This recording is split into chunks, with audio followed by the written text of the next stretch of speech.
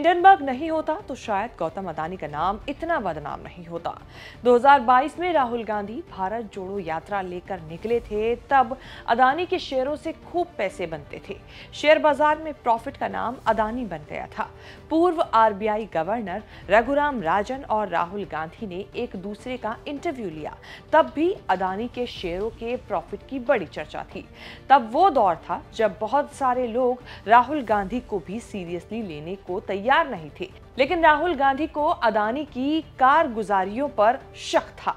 राहुल गांधी का शक यकीन में थोड़ा थोड़ा बदलने लगा जब अमेरिका से आया हिंडनबर्ग। नाथन एंडरसन की हिंडनबर्ग नाम की रिपोर्ट विश्व प्रसिद्ध हो गई, क्योंकि उस रिपोर्ट में वही सब बातों का सबूत पेश किया गया था जिसकी बात राहुल गांधी किया करते थे। शेयरों में हेराफेरी, मैनिपुलेशन, घपला, घोटाला। आज चर्चित चेहरा में बात करेंगे नाथन एंडरसन भाई साहब की, जिन्होंने अदानी के लिए ऐसा रायता फैलाया जिसे वो आज तक समेट रहे हैं। अकेले ही नहीं, अब तक सेबी वाली मैडम चेयरपर्सन माधवी पुरी बुच और उनके पतिदेव धवल बुच के लिए भी फंदा तैयार कर चुके हैं नाथन एंडरसन। कौन है नाथन एंडरसन और क्या है इनकी कहानी, बताएंगे इस रिपोर्ट में। नमस्कार, मैं हूं कीर्ति और आप देख रहे हैं न्यूज तक। 24 घंटे से अदानी फिर चर्चा में है। अब की बार तो हद हो गई। अदानी जी पर घूस देने का आरोप अमेरिका की अदालत में तय हो गया। पुख्ता जांच के बाद निकल कर आया है अरेस्ट वारंट।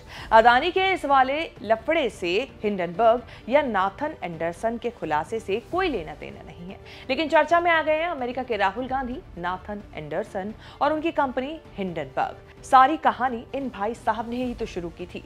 राहुल गांधी के अदानी पर आरोप, मोदी की मेहरबानी अडानी पर और इसी तरीके के कुछ आरोप। खैर, ये सारी कहानी पुरानी हो चुकी है। ताजा मामला अब 24 जनवरी 2023 के बाद उठा है। 24 जनवरी 2023 में नाथन एंडरसन की short seller firm Hindenburg research ने जो किया, उससे गौतम अदानी को ऐसा झटका लगा कि आज तक हिले हुए हैं। थोड़ा सा संभलते हैं कि कुछ नया कांड हो जाता है। कभी भारत के सबसे अमीर, कभी दूसरे नंबर के अमीर, तो कभी दुनिया के छठे नंबर के अमीर। गौतम अदानी के लिए संभलना और संभल कर टिके रहना सपना जैसा हो गया है।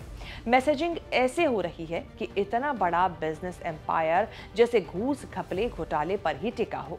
राहुल गांधी खूब मजे ले रहे हैं। हिंडनबर्ग और नाथन एंडरसन को भारत में सबसे ज्यादा फुटेज उन्होंने ही दिया था। 40 साल के नाथन एंडरसन अमेरिका के न्यूयॉर्क से काम करते हैं। हिंडनबर्ग उनकी कंपनी का नाम है, जिसे शेयर बाजार की शॉर्ट सेलर फर्म कहा जाता है। मतलब शेयर खरीद और बेचकर पैसे बनाने वाली कंपनी। हो सकता है यही कंपनी का ब्रेड एंड बटर हो, लेकिन पहचान बनी मार्केट में घपले करने वाली कंपनियों की कलई खोलने वाली रिसर्च से। बहुत कम लोग जानते हैं कि अमेरिका से भारत के शेयर बाजार को हिलाने वाले नाथन एंडरसन कभी इजराइल में एम्बुलेंस ड्राइवर का भी काम कर चुके हैं। नाथन एंडरसन ने यूनिवर्सिटी ऑफ कनेक्टिकट से इंटरनेशनल बिजनेस में डिग्री लेने के बाद एक data company FactSet research system में काम किया। काम इन्वेस्टमेंट मैनेजमेंट कंपनियों से जुड़ा हुआ था।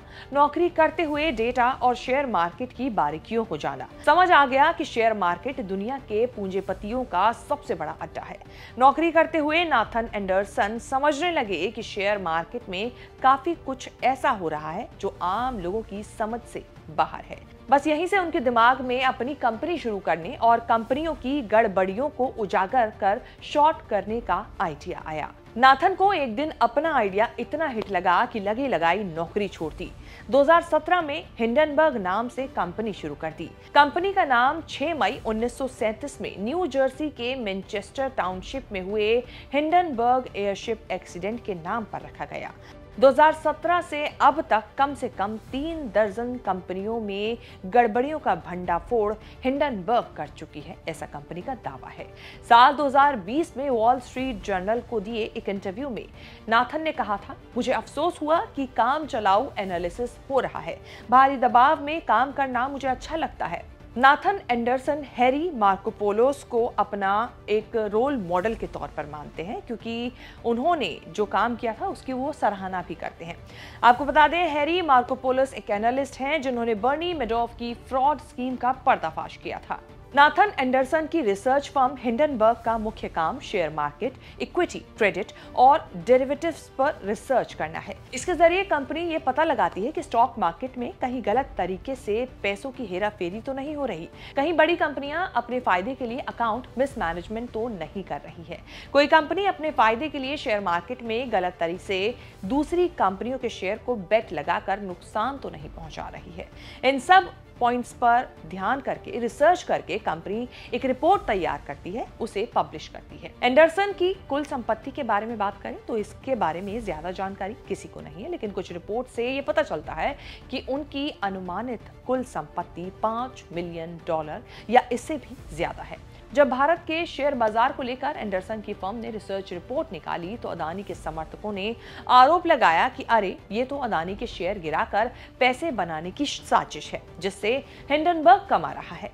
लेकिन जब लंदन के फाइनेंशियल टाइम्स जैसे अखबारों ने भी रिसर्च करके अदानी के गोलमाल पर सवाल उठाए, तब हिंडनबर्ग को दमदार माना जाने लगा। अब तो अमेरिकी कोर्ट में अदानी के दोषी साबित होने से इंटरनेशनली मैसेज गया कि अदानी में कुछ तो गड़बड़ है। पिछले साल जनवरी 2023 में हिंडनबर्ग ने अपनी एक रिसर्च रिपोर्ट तैयार की थी जो कि अदानी के खिलाफ थी, और इस रिपोर्ट में कई खुलासे किए गए थे।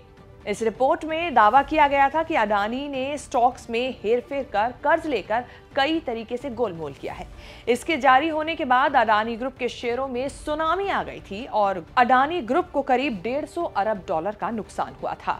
हालांकि इस रिपोर्ट में जो बड़े सवाल उठाए गए थे उन पर अडानी ग्रुप ने सफाई भी दी थी। अडानी के लिए ये सुनामी लाने वाला शख्स नाथन एंडरसन था, जो कभी इजराइल में एम्बुलेंस का ड्राइवर भी रह चुका है, जो हमने आपको इस अपनी रिपोर्ट में शुरुआत में बताई थी। आपको बता दें, नाथन एंडरसन सिर्फ अदानी के लिए ही नहीं बल्कि कई बड़े व्यापारियों के लिए भी मुश्किलों का सबब बन चुके हैं। तो फिलहाल चर्चित चेहरा में नाथन एंडरसन पर बनी आपको हमारी ये रिपोर्ट कैसी लगी, कमेंट करके जरूर बताएं। इस तरह की खबरें आगे भी देखने के लिए बने रहें न्यूज़ के साथ।